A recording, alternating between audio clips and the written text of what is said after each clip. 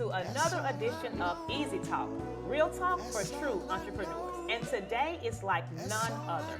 Today is going to be probably one of the best podcast shows you've ever listened to. So you want to stay tuned for this one. Today we have on our show the one and only Mr. Melvin Cole, who is the founder and CEO of Peer Academy. And yes, you want to know more about what he does, how he does it, and how he applied the 10X rule to his career. So let's welcome Mr. Melvin Cole. Thanks for having me. I appreciate it. So Melvin, I know everyone, since I gave that great introduction, everyone is dying to hear who is this guy. So tell us a little bit more about yourself. Born and raised here in Memphis, Tennessee, former athlete, former drug dealer, and kind of started Peer Academy, which is an ag tech boarding school here in Memphis for boys grades 9 through 12. Wow. I just want to start out by saying I was a teenage mom. My son is 32 now, but if I could go back to his 9th grade year, I will be standing in line to get into your school. Perfect. It makes a difference. I had to accept that women cannot raise men. It's just not, that's my opinion. I think a man will do a better job. Not that I don't think I didn't do a good job, but there were things that I didn't know that I didn't know that I didn't know. No, I definitely agree. I always said I think there's a difference between live experience and research. Yeah. So Live, experience, and research. Versus research. You see a lot of people, they research and they watch the data and this and this, and they interview people versus real life experience. The theoretical versus the practical. Correct. What else they say? Because in theory, it sounds good. Right, the it numbers can does. look good, Right. depending on who's looking at it and how you feel about that topic at that time. Correct. But realistically, it's always going to be some twists and some terms and some of those things in that nature. So, Peer Academy. First of all, why and how did you start it? So PEER stands for Progression Under Restraint and Extremes, and it just came from a pact with God when I was in prison, that if he got me out of the situation that I was in, I was gonna come home and unbury my money and commit the rest of my life to saving young men that look like me here in the city. So it was just a pact with God and a commitment. After 2.5 years, he kept his end of the bargain, and I've been kind of chomping away at mine since 2011. Since 2011. Yeah. So this is not fresh. This is something that you have experienced and lived ongoing for years. Yeah, so it kind of grew and took a life of its own, because it just started out as a little league football team. I wanted to give the kids the experience that I never had growing up with little league experience, and from there, we were dropping kids off that had no electricity, that was sleeping on porches, no positive role models, so it kind of grew into a boarding thing because I knew the environment shaped and molded us, and I've always said poverty robs your morals, beliefs, and values. And your environment is everything. It's everything. It defines you whether you want it to or not. It does. Absolutely. You'll always have those 1%ers that can make it out and maneuver but for the majority, it creates and it robs. So our biggest thing then was just trying to help the kids. And then from there, it just kind of grew into its own, and we wanted to educate kids the way that we felt like they needed to be educated in an environment that was conducive to their learning. And it just kind of took a track from there, and then COVID hit.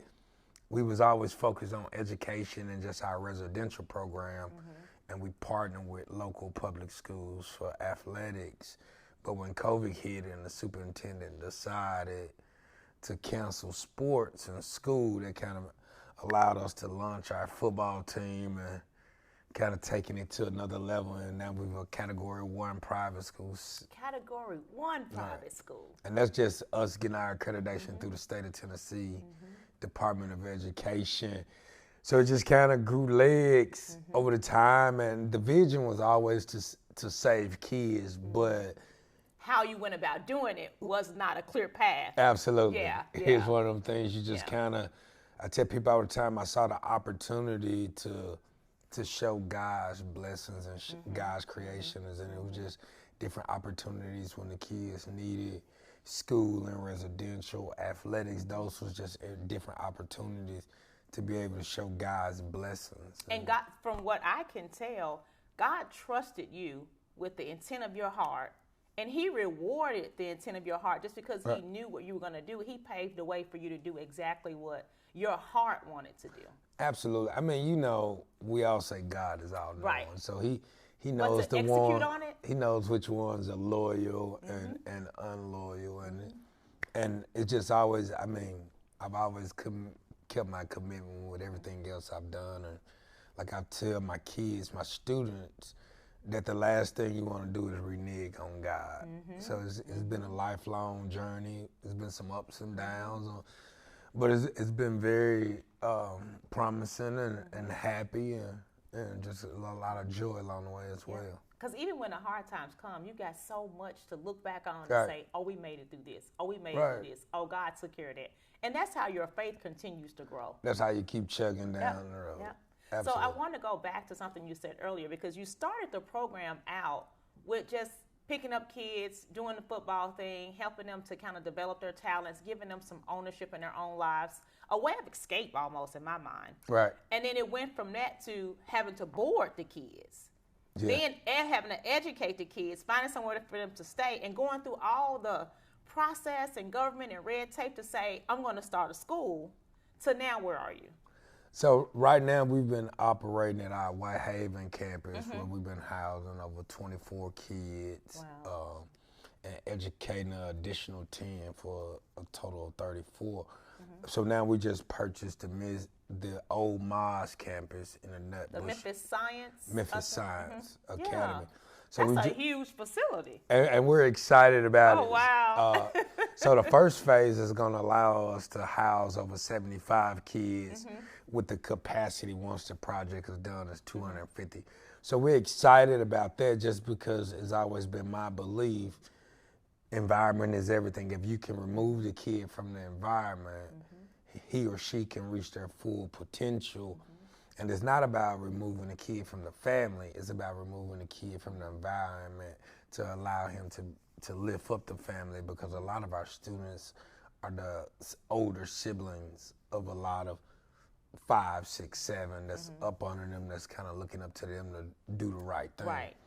So it's exciting to be able to impact more kids and to scale it up and just kind of be the real solution on a higher scale. I'm looking at your broad shoulders, and the first thing comes to my mind is, man, that's got to be a heavyweight to have these kids' lives on your shoulders, especially knowing the things that you had to go through, which means you know the possible things that they can go through. Right. And how do you change that trajectory for them is critical, because you know what's on the other side. I do. You know, it's like you can't go down that path. The biggest thing is, so it's really easy because it's not my burden, it's God's. You know what I mean? Okay, correction. You are absolutely He just right. chose me. I mean, As a vessel to say, go do this work. Because my life, for me, was set. I was destined to be the best drug dealer in the world. In the world, not in Memphis. Yeah, no. Not in Tennessee. No, the world. Even before the pact with God, I was planning to, once my prison sentence was over with, live in Central America and continue on. So this is... Hold on. While you were in jail, you were still planning to be... Right.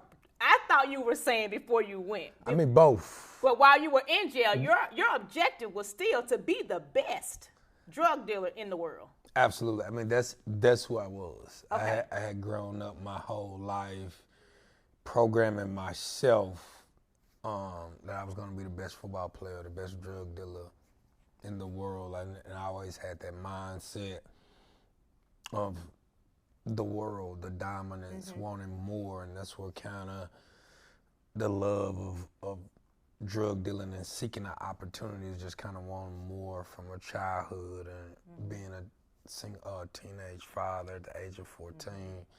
So it's just kind of one of those things where I like to tell people all the time, this is not my idea. So there's no way I can mess it up. I mean, because it wasn't yours to start it wasn't mine to start with. So I would love to sit here and say, you know, I grew up and I dreamed about this and all the good stories. It was not that.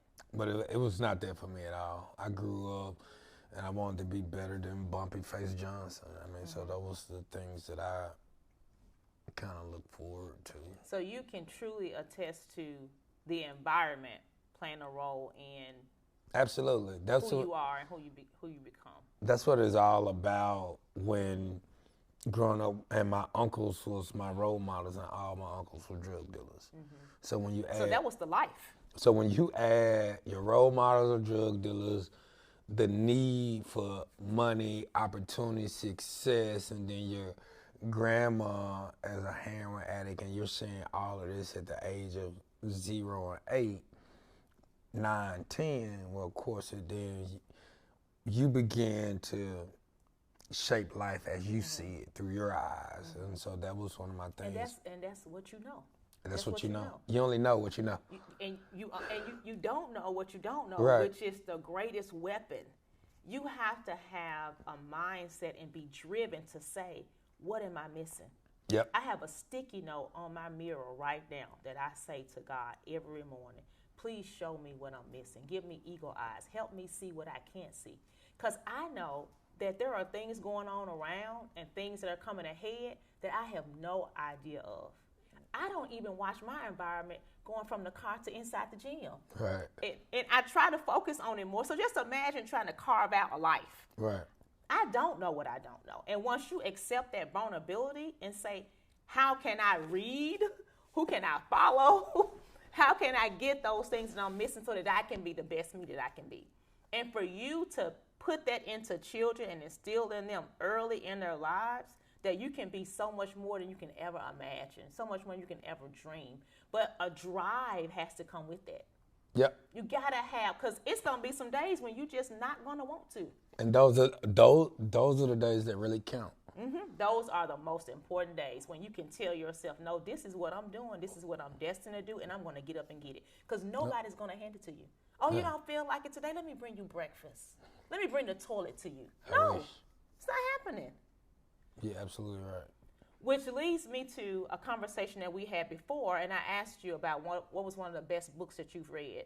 And you bragged about this book. I'm going to show this to the audience. By far. And I have been reading this book over and over and over for the past month. This book, it makes you say, who am I and what am I doing? Grant said, it takes the same amount of energy to make $100,000 as it takes $1 million. So why not reach for the $1 million? It really does. And what made sense to me was, if you land on 7 times better and not the 10, it's still better than the 0 where you started. Still better than the 0 that you started. So yeah, you're absolutely right. And we were talking about chapter 6. Stop bitching. Stop bitching. Don't be the victim. And you know what? That's one of the things that I try to tell people a lot of times, because we look to play the victim in so many different situations, and it's easy and it's convenient at times. So that was a chapter in the book that really hit home when you start talking about accountability. Yep. And it just hits you in the face. Hit you back to self. It's about self, because at the end of the day, that's who you can control. That's who you can develop and kind of shape and grow into what you want. So no, chapter 6 is by far the best chapter to get you going. It will just check you and put you in your place and say, you know what? That's who I've been. I've been holding me back. Yep. I had a lady tell me a few years ago, back in 2012, I'll never forget our conversation. She said, Alicia, life is not a two-way street. It's a one-way street, and it's the one way you're going. Control what you can control. Yeah. And when Grant said success is available to everybody and it's limitless, he said, well, let me break down to you what that means. Someone else's success doesn't reduce your opportunity for success. No, it doesn't. It doesn't. You can have all the success you want in the world. I can have all the success I want in the world, and our paths will never cross. It doesn't matter. Who thinks like that? Not many people. No. Not many people. And that's why it has to be very intentional to have this mindset shift. It has to be very intentional because a lot of people, they're not going to talk like that. They're not going to think like that. So in your journey of getting better and knowledge, you got to be very intentional on how it was. And even when I picked the book, I understood that it's all about the 10X. Like, about the 10X. Whatever, I mean, people that know me in my personal life, and we're gonna get a lot of it. You know what I mean? If that's what we're doing, we're gonna get a lot of fish, we're gonna get a lot of water, whatever the case may be. We're gonna get all we can get. Why not? Why not try? Because when Grant said it best, it's the same amount of energy. The same amount of energy. I said, wait a minute. Let me think about this. It's the same. You got rich people and poor people. When you come up with your strategy, it's the same amount of energy. It's the same. It's the same. It's the same amount of energy. And the crazy part about it, it's harder not to be successful than it is to be successful. Yep. You know what I mean? So that was the biggest thing that I took from it. I am so glad you recommended this book to me. And just in our conversations, you gave me so much. I can't even imagine what the audience is going to get from you, let alone the kids that are with you every day, that get to really hear you. You know, one of my pastors at my old church, New Direction, Dr. Stacy Spencer, said, "You have my scent." And I was like, what does that mean? And it meant that I have learned a lot from him, been around him enough to know what to do, how to do it, and it still look like him. Yep. So I can imagine all the mini-me's that's walking around with you because they know better. Because they know better. And we're preaching the same thing every day. Today's episode is sponsored by ACG Brand Management, a brand value-focused company that focuses on the value of brands for organizations as well as individuals. And this is the same teachings that I'm sharing with the kids, my staff. That's why it's so important as an entrepreneur and in the business world, you want to make sure your staff is drinking the same Kool-Aid as you, because if they're not, it's a problem. It's a problem. And you have to set the tone and hold them accountable for that. Right. We've communicated effectively. I know you understand what needs to be done, so this is what I'm expecting for you to do. Right. And the crazy part, what I've learned is, in holding someone accountable, 85% is holding yourself accountable. You know what I mean? So when you look at it and you go, all right, well, what do you mean? Then when you break it down, you go say, well, I kind of knew that she can only handle 2 workloads versus 4. But I wanted this. I wanted to do that. I pushed it forward. So in terms, she met the expectation. It's me. It's you. So, and when you look at it that way, you become less critical of people and more critical of yourself. And it's hard to look in the mirror. It's hard to look in the mirror. It's tough. It's easier to blame. Because you can't look away. You know what I mean? You stuck stuck with you. You know what I mean? When you can look at you and say, this was on me. Yeah. The sooner and the faster you can recover from it. After you accept it. Until then, you continue to make the same mistakes. It was his fault. It was her fault. No, it's the weather. Oh, I wish I wouldn't have, you know. And as an entrepreneur, you just don't have that type of time. You don't. In your business, with your brand, you don't have that type of time to try to learn how to hold yourself accountable. No. It comes with the business. It's like a prerequisite, so to speak. You are running this business. You say it's yours, then you own it. Own it. You have to own every piece of it. It's not the employees are not this or they're not this. No, you hired them. Yeah, own it. This is who you hired. Right. This is the culture that you have created. Exactly. And that's the biggest thing that we push on our kids. Own it. Own it. Whatever it looks like, own it. Own it. Own it. And that's our biggest thing we tell our staff. Whatever it looks like, own it. Own it. It's critical. It's critical. And that's one of the things, even with the poem Invictus in our school, the last part is Captain of my soul, master. Yeah, and master of my faith. And you tell them, own it. You gotta own it. So But no, it was great. That book is, I Yeah, recommend this it book is everything. because it shifts you in a mindset where time, me and you, we talked about Yeah. time, and I'm big on time. It's all about the 1,440 minutes in a day. But Grant put a different spin on it. He did. When you're really maximizing being efficient, you own time. You own time. So now you got time. And when I started to realize and I started to do that, I really watched things change. Like, nah, if I schedule this, and this, well, now you get an extra hour to do whatever you want, or if it's taking your girls to the movies or whatever the case may be, if you can own that time and them time slots, like, all right, from 2:30 to 6 o'clock, this is what I'm doing from this time, and you just own them time slots, everything got in. And that's what he said, like, the only thing that could prevent you from being successful is you don't have the right strategy. Yep. You don't have the right strategy in place to follow in order for you to be successful. So first you got to know, how am I adding up and dividing my time? What am I doing with my time? How am I maximizing that time with this 10X rule? Yep. I mean, and I tell people, it's like it's not a secret anymore. It's right here. It's right here. I mean, and like, how committed are you to yourself? It's right there. You take it, you listen, you apply. I mean, and I encourage people to do it as a group.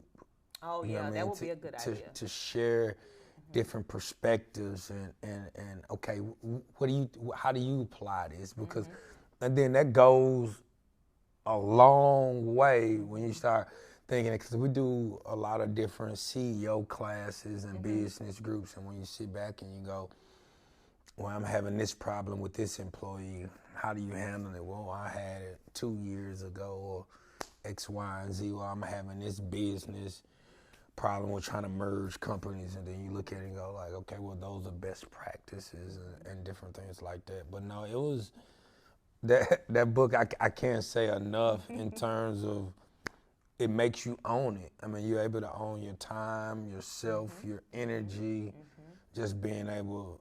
The important things that you need to drive you. Yeah. Just like you have your own personal tools and resources. And another thing that you said that I thought was great about having those groups of other CEOs and entrepreneurs in your circle. I have a friend, his name is Anthony Flynn, and Anthony talked about having your personal board of directors. Yeah. You need your own personal board of directors. Yeah. Because that's where you get the different perspectives. That's where you can learn from. That's where you can bounce ideas off of. And they can hold you accountable as well. Because you only know what you know. Yep. That's, so Anthony, he's actually my cousin. No. Yeah. So me and him had many early morning conversations about it. And it's exactly about that. Surrounding yourself with, because you can only see it one way, and you need to be able to see it through from different perspectives, different lenses. That's the only way you're going to be able to really take advantage of the industry and dominate what you're doing, when you're able to see it from different lenses and understand the different lenses, and then you have the intentions of dominating. That's the biggest thing is, like I said, when I'm talking to my friends, when I'm talking to my kids, when I'm talking to my students, when I'm talking to my staff, it's all about dominate. How can we dominate today? When I would leave the gym, you would say, dominate your day. Dominate your day. But I mean, because you don't want to just win it. Yeah. You know what I mean? You want to dominate it.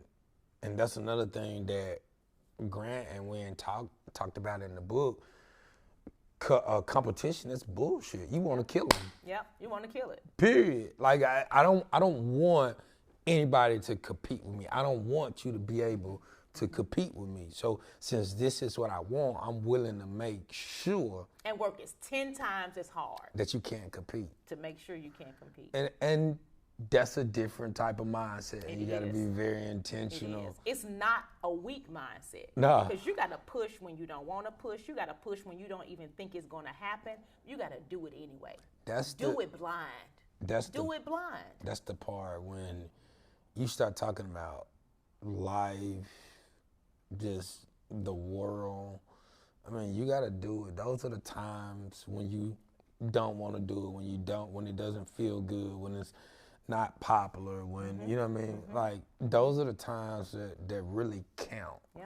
You know, nobody ever sit back and when you have an accomplishment, you say, oh man, I remember when we was up.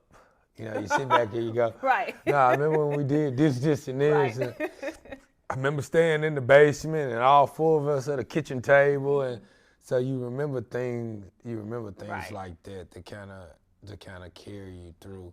And that's what I tell people all the time, is the difference between being motivated and igniting a drive. Motivation goes out.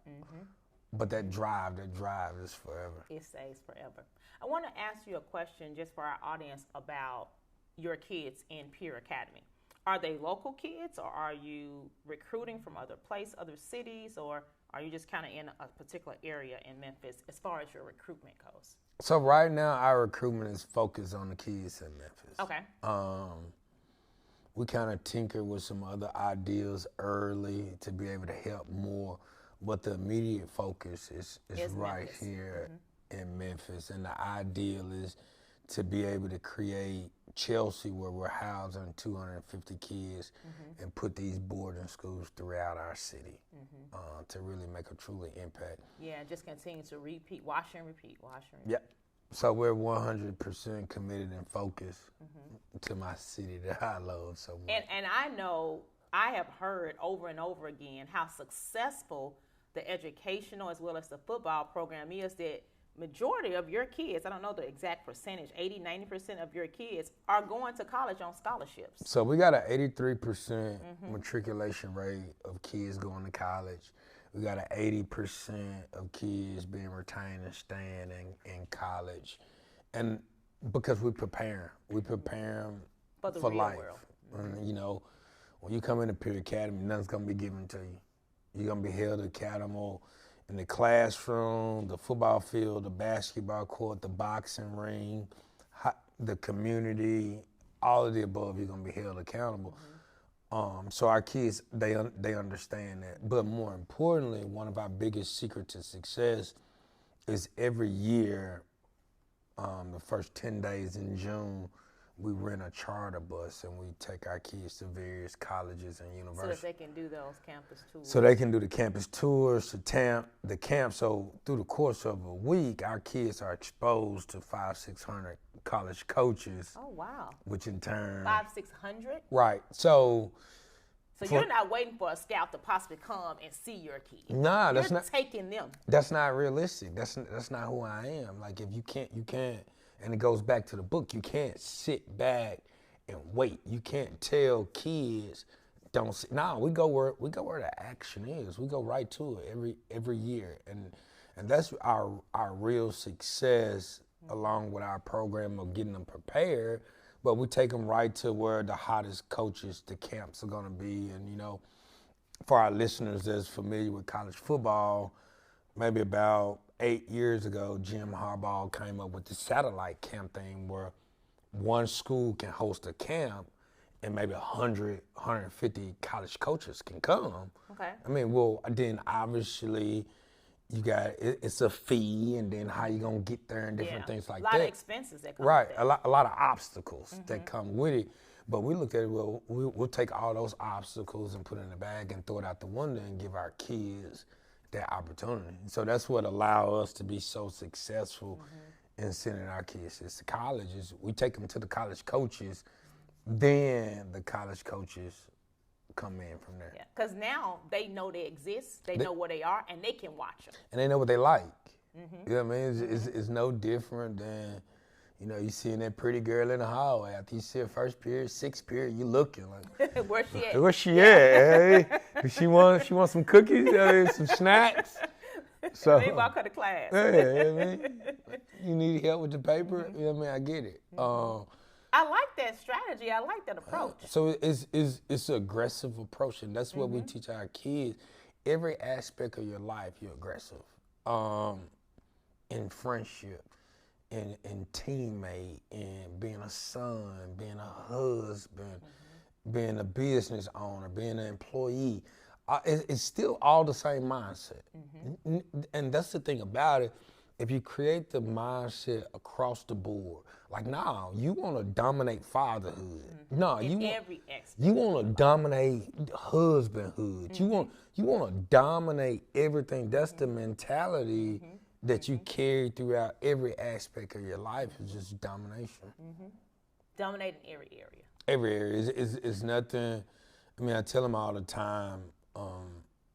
So now me and my girls, we got on this schedule where I'm taking them to school, and it's not always the most favorable thing with my time and schedule and different things like that. But the fact that I'm committed to dominating that area is what makes it worth it. And then I have to tell myself, all right, Melvin, we're gonna be committed to being dominant and teaching kids and teachers at ag tech. You gotta take that same mentality over there. I mean, you can't do that and then come over here and give your daughters 60%. You know what I mean? And that's what I tell my staff and my best friend and people that's closest to me. The people that's tied to you, they deserve the best version of you. Or, Not having to accept that, oh, well, he's running the school or he's running the business. Let me give him some grace. No. That's not being a real superior man. You know what I mean? So you gotta say, well, all right, maybe I need to cut some of this stuff back. Right. Because if you can't give it all, then maybe you don't need to be doing it. Clear. So then cut. And who wants to say, well, I failed? I mean, it's not. So you give less than just to say that you didn't fail at it? But you did fail. Right. You did because you didn't give it all you had. So if you're sitting there and you're looking at it like, all right, I'm giving 25 here, 25. Well, you can take these 225 and give 50. I mean, but don't be mediocre all across the like, oh shit, here comes dad. And want people to accept it. And want people to accept it. Right, like no. You're victim. That's what it comes down to. Playing the victim role. You want me to understand why your company is struggling. No. Right. No. You figure out, you deal with how your company is struggling. It's your company. It's your company. And those are the things that we push to our kids, because at the end of the day, you can dominate all day long in the corporate world and our companies, and I said, but if we're not dominating in our families and our communities, I mean, we're still losing at the end of the day. You're still losing, and there is no legacy to be left behind. Yeah, I mean, there's not going to be anything left behind. I mean, scraps. So everybody going to need to eat them. Wrap up with our viewers and say, if you know that you got some more to give, figure out a way to give it. And if that means, to Melvin's point, letting something else go. Yeah. If you're not serving and you got one toe in it, just take your whole foot out. Just don't even do it. Commit to what you say you're going to commit to and give it 10 times the effort. Yep. Because it's going to be the same energy.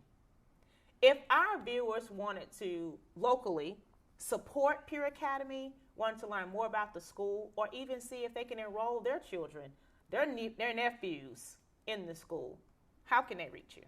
Through our website, pureacademy901.com. Okay. And from there, we have our donation page, we have our administration page, and you can kind of go and see our history, what we offer through agriculture and technology, and just kind of our campus and just the different things. So that'll keep working. Then we also have our Facebook, social media. Yeah, absolutely. We're big on that and kind of revving it up and keeping everybody informed. And it looks pretty good. I watch it and follow you guys. I'm like, these kids are just outstanding. They're just outstanding. It's all about exposure. Regardless of what society says, what the world says, there are people in the world like Mr. Melvin Cole that is making it happen, and making it happen with all he got in all aspects of his life. So this is real. This is a real person right here that is honestly doing it, that's giving you real talk. He is a real entrepreneur, and everything that he has given us, I hope somehow that it helps you. So stay tuned to our next episode. You don't want to miss the next guest coming up. We are continuing to climb higher and higher and higher to help you be successful and meet and exceed your goals. Thanks for watching. Till next time.